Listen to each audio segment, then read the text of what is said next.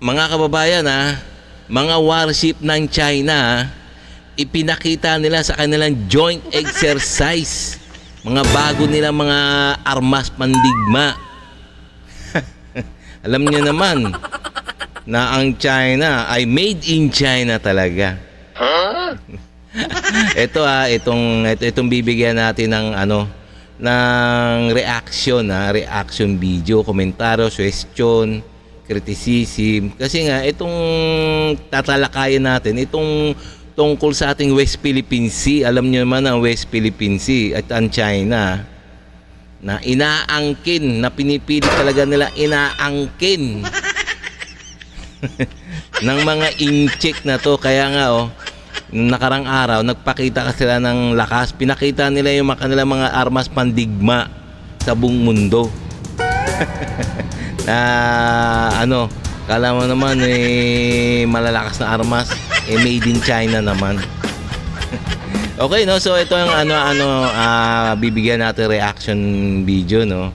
Ngayon, kung bago ka pa lang sa akin channel, please guys, like and subscribe na lang muna sa ating YouTube channel bago tayo mag-umpisa. And also please paka-subscribe din kay John Reps. Yan, kay John Reps. So sa kanyang video to, no? So bibigyan lang natin ng reaction to kasi ito yung mga in-check makukulit. Okay, no? So umpisa na natin.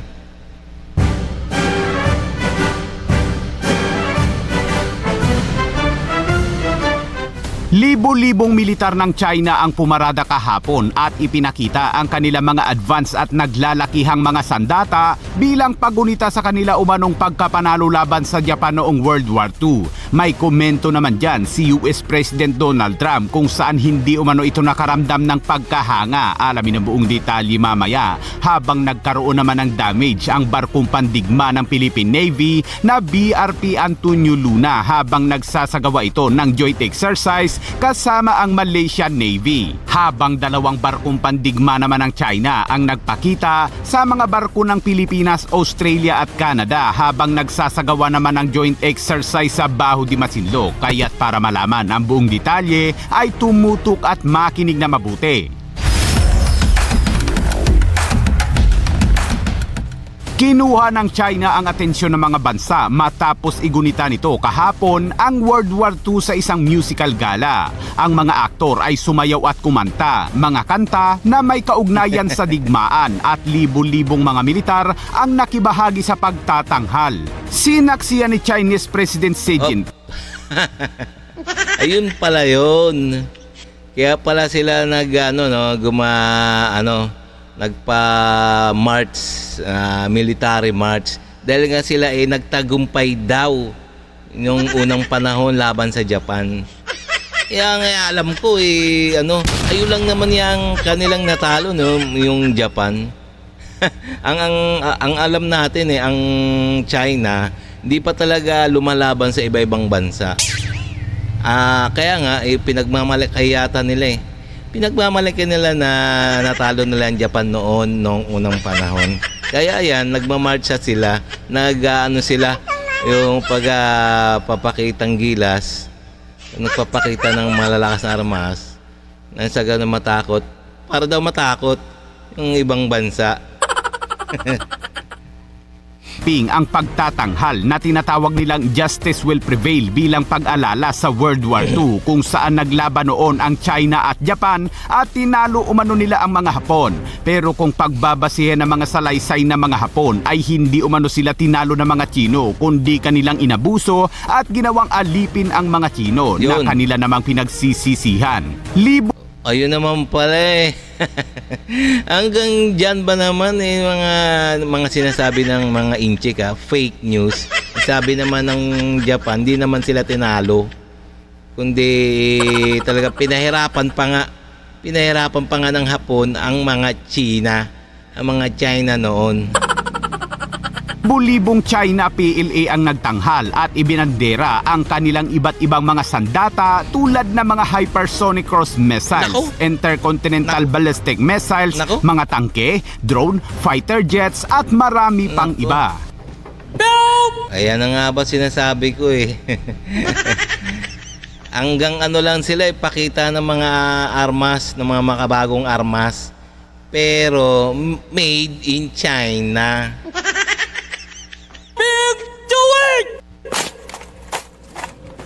Okay. Oh, tindi ah. Ayan ang mga pinapakita ng mga incheck ah. Yung kanilang militar. Na akala nila napakalakas na ang kanilang militar.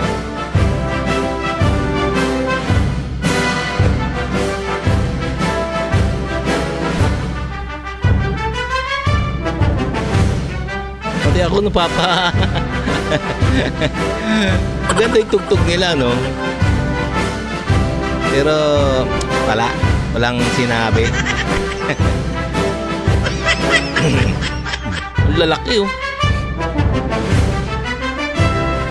Kung pagmamasdan ng mga sandata ng China ay tila napakalakas nito dahil sa mga disenyo at sukat nito. Pero bakit nga ba walang mga bansa ang nagkaka-interes dito? Dahil ba hindi pa subok sa labanan o dahil sa gawang Chino? Alam mo na yan, kabayan. May Sino naman na magkaka-interest dyan na bumili?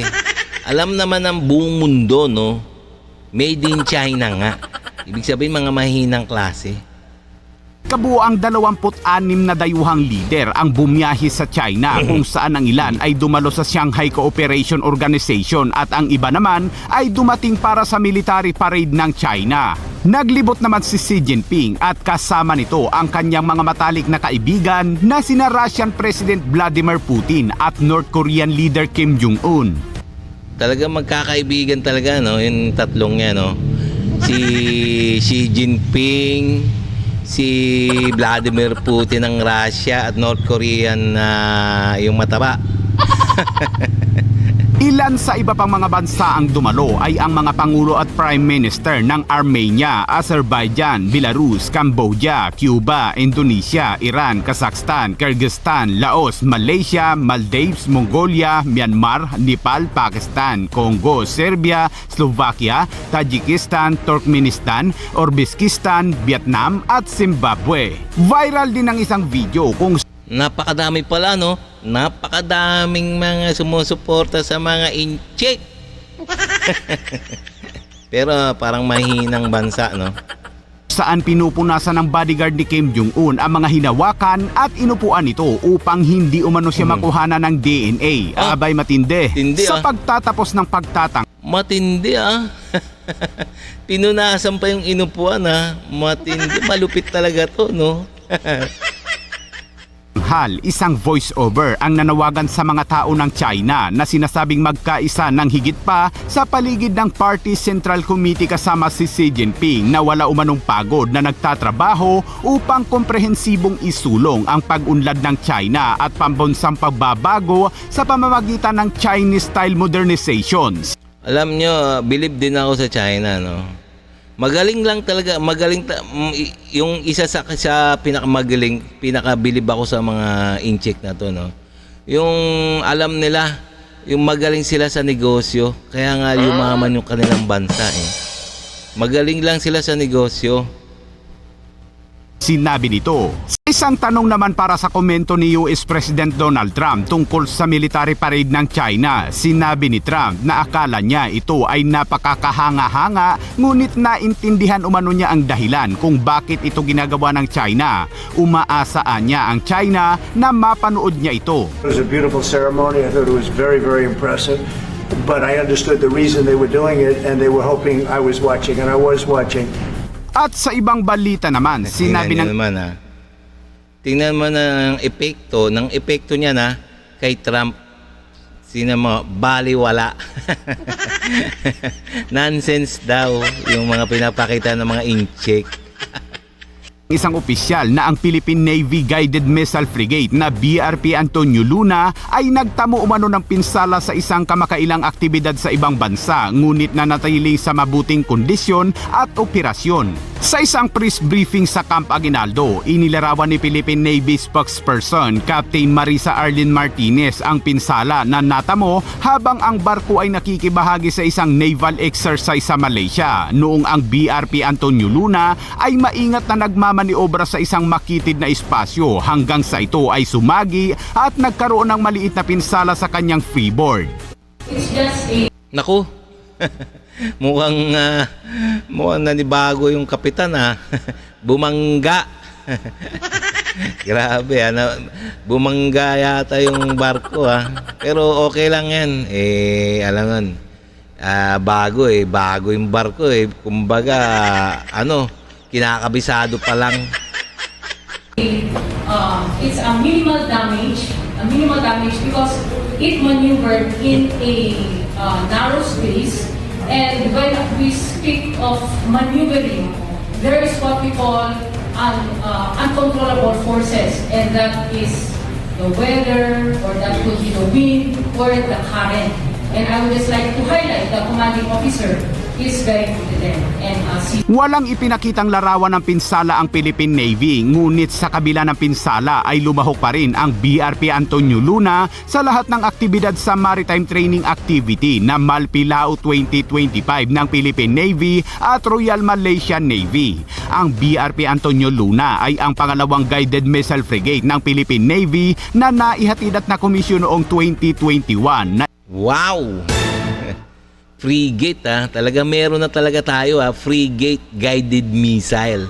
Ayun ang mga bago nating barko ng mga binibili ng Marcos administration. Matindi, no?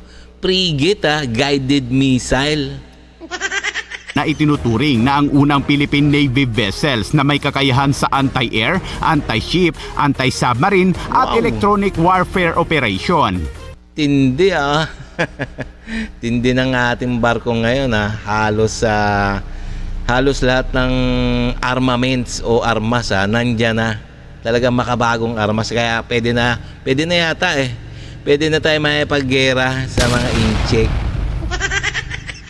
Samantala, sinabi ng Philippine Navy kanina na namonitor nila ang dalawang barkong pandigma ng China malapit sa Baho de Masinloc sa West Philippine Sea. Ang dalawa umanong barkong pandigma ng China na kabilang sa People's Liberation Army Navy ay ang Luyang Class at ang Jiangkai Class ng PLA Navy na namataan sa layong 14 nautical miles timog silangan ng Baho de Masinloc habang nagsasagawa ng joint exercise ang mga Navy ng Pilipinas, Australia at Canada. Ayon yan kay Rear Admiral Roy Vincent Trinidad.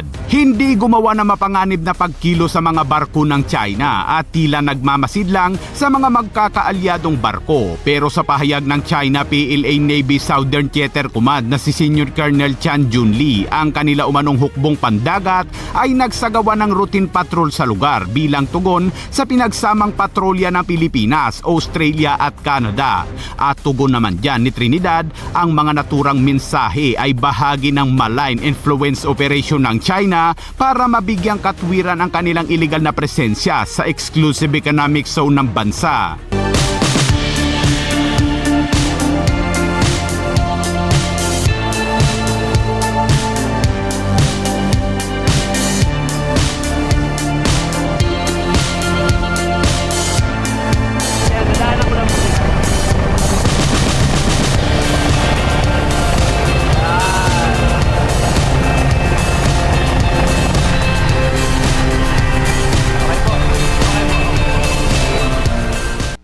Okay, mga guys, mga kababayan, nakita naman natin na ang yayabang nakakayabang na mga incheck.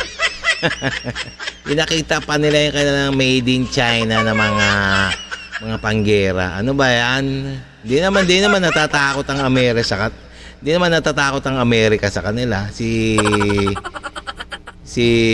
Donald Trump na parang natatawa lang talaga sa kanilang mga kilos. Tsaka itong umepal na naman nagsasagawa ng joint patrol ang ang Pilipinas at ang Australia. Umepal na naman. Nagpakita na naman. Magpakita naman ng barko ng incheck, Sumisilip-silip sa mga ginagawa ng ng Pilipinas at Australia. Hanggang silip na lang.